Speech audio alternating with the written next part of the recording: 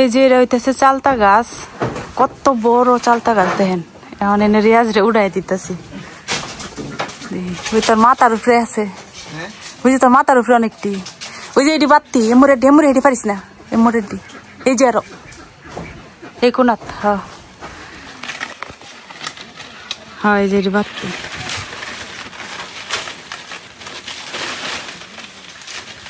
এটাও পিছনের দাও বাত্তি।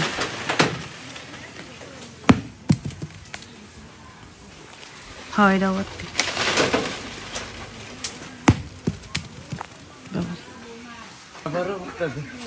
বড়ডি তো উফরে উঠতারলে দেখ। আর এতডি নাকি ওরাম, এত নাকি ওর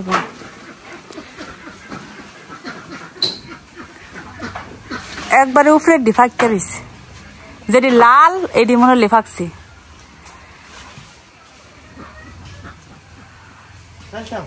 হ লাল যেটি এটি ফাঁকে, এই যে এটিও ফাঁকছে, এই যে এটি লাল কালার হয়ে গেছে, নষ্ট। এটি নষ্ট।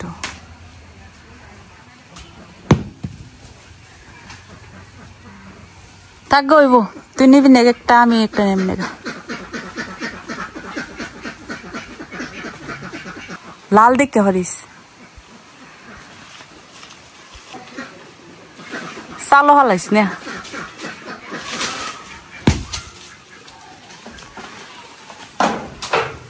কত চালটা পুরা পুরা নষ্ট হয়ে গেছে। এত টক খাওয়ার ইয়া নাই, আর চালটা হয় অনেক বেশি।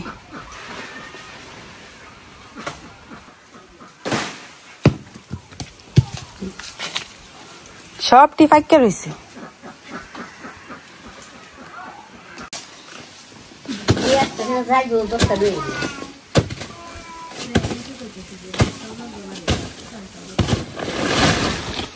তো সকালবেলা যায় যে চালতা গুলা পাইরে আনছিলাম, এই চালতা গুলা এখন কাটতে নিয়ে আজকে এই চালতা গুলা দিয়া করাম চালতার আচার। তো চালতা কাটা কিন্তু অনেক কষ্ট, একটু পরিশ্রম লাগে। এখন চালতা গুলা কাটতে নিয়াম। প্রত্যেকটা চালতাই কিন্তু পাইকে গেছে, মানে কালার দেখেন লাল হয়ে গেছে। এখন একটা পাথরের উপরে রাখা কাটতে নেই।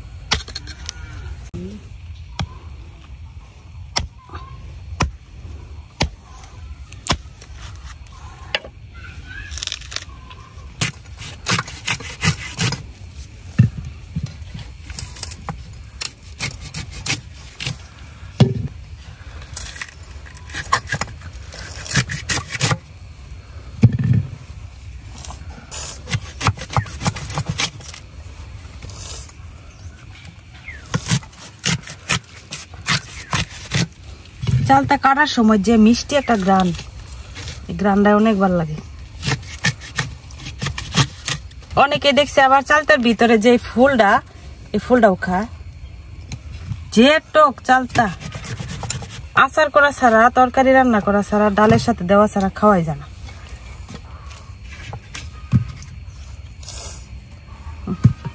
তো চালতা গুলা আমি যেটুক অংশ ভালো, এই ভালো ভালো দেখে নিছি। আর দেন কালার একদম কিন্তু পাইকা রয়েছে।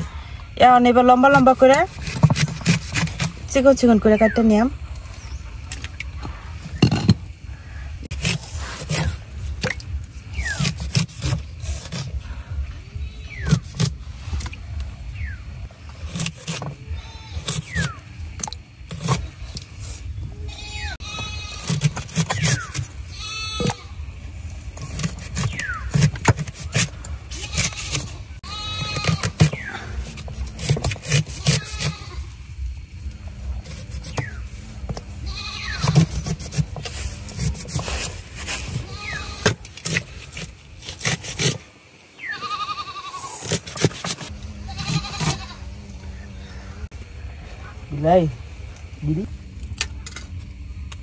আমি এই যে এক সাইজ করে এরকম লম্বা লম্বা করে চালতাগুলা কাটতে নিছি। চালতার আচারে মূলত চালতা এইভাবেই কিন্তু থাকে।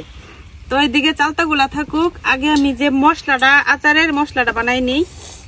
তো মশলা বানানোর জন্য এখানে আমি কিছু আস্ত মশলা নিয়ে নিছি, তেজপাতা, শুকনা মরিচ, আর এখানে আছে দারচিনি, লবঙ্গ, এলাচ, আর এখানে আছে আস্ত জিরা। এখন এগুলা শুকনা খোলাই বাইজে নিয়াম।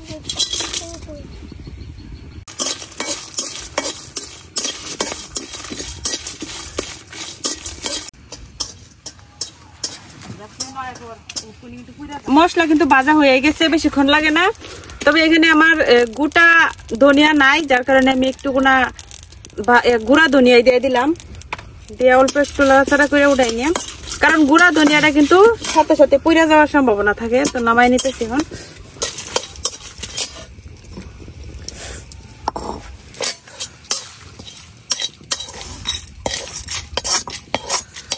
এখন আবার কড়াই বসাই দিছি। তো কড়াই দিয়ে দিতেছি পানি।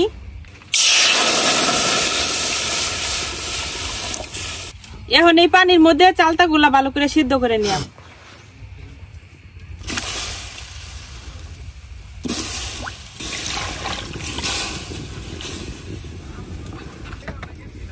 চালতা সিদ্ধ হওয়ার জন্য দিয়ে দিতেছি লবণ, আর দিয়ে দিতেছি একটু হলুদ গুঁড়া।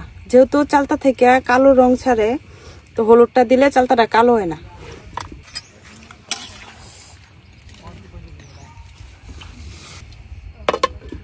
এখন ঢাইকা চালতাগুলো সিদ্ধ করে নিয়াম। আর এইদিকে আমি যে গুঁড়া মশলাটা বানাই রাখছি এটা বাইটে নিয়াম।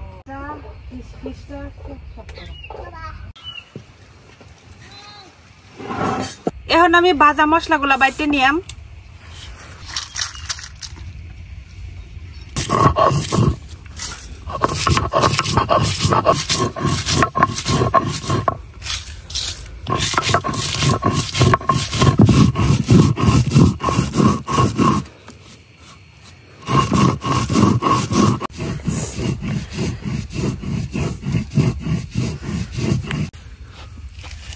আচারের মশলা আমার এই যে বাটা রেডি হয়ে গেছে একদম।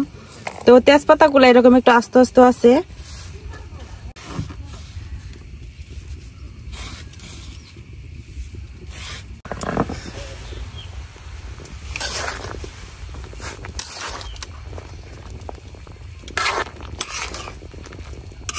চালতা সিদ্ধ হইতে অনেকক্ষণ সময় লাগে। চালতাগুলা কিন্তু খুব সুন্দর করে সিদ্ধ হয়ে গেছে। এখন নামাই নিয়াম।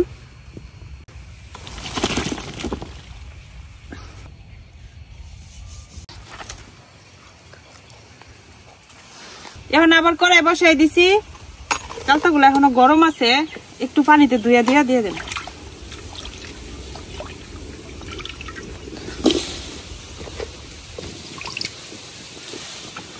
আর কিছু চালতার টুকরা আমি হাত দিয়া যেরকম একটু চাপ দিয়ে ভাঙ্গে ভাঙ্গে দিতেছি, তাহলে একটু মাখো মাখো হইব আর কি। যেরকম একটু হাত দিয়ে চাপ দিয়ে দিতেছি। চালতাগুলা এখন কড়াই দিয়ে দিছি। আর কয়েকটা চালতা এখানে রাখছি, এগুলো একটু সেচে তারপরে দিয়াম, তাহলে আচারটা একদম মাখো মাখো হইব। এখন আমি এই চালতাগুলোর সাথে চিনি দিয়ে দেম।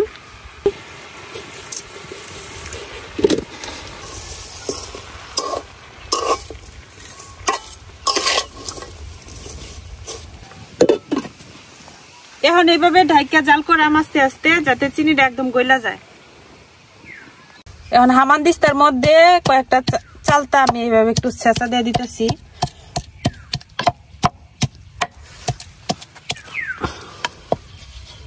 এই যে এরকম।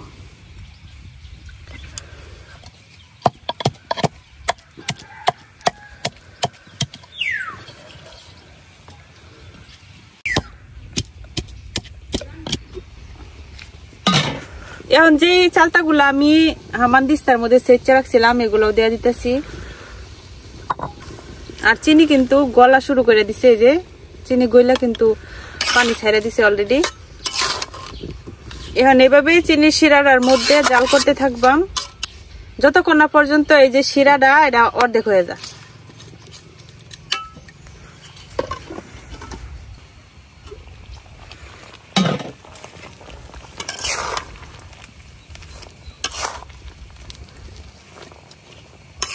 এই অবস্থায় কিন্তু চুলার জালটা একদমই কম রাখতে হইব।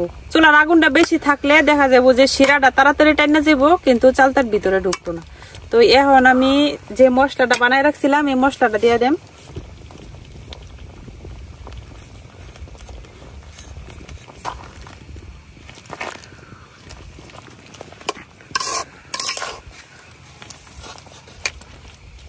এইভাবে ঢাইকা কম আগুনে জাল করে নিতে থাকবাম, তাইলে দেখা যাবো মশলা আর চিনি শিরাটা খুব ভালো করে চালতার ভিতরে ঢুকবো।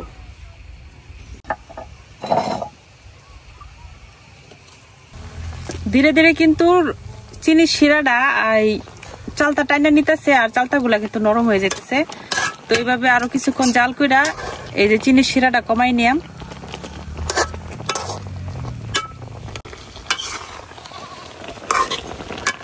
চালতার আচারটা কিন্তু হয়ে গেছে।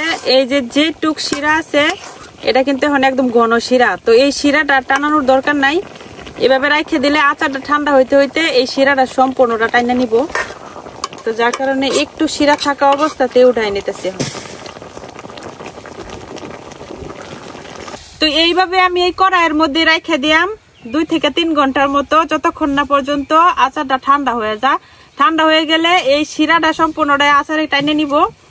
আর যদি অনেকদিন রাখা যায় তাহলে এখানে অবশ্যই ভিনেগার দেওয়া লাগবে। আমরা ভিনেগার দিই নাই কারণ এটা নগদ খাওয়া হয়ে যাব, মানে ঠান্ডা হইলেই।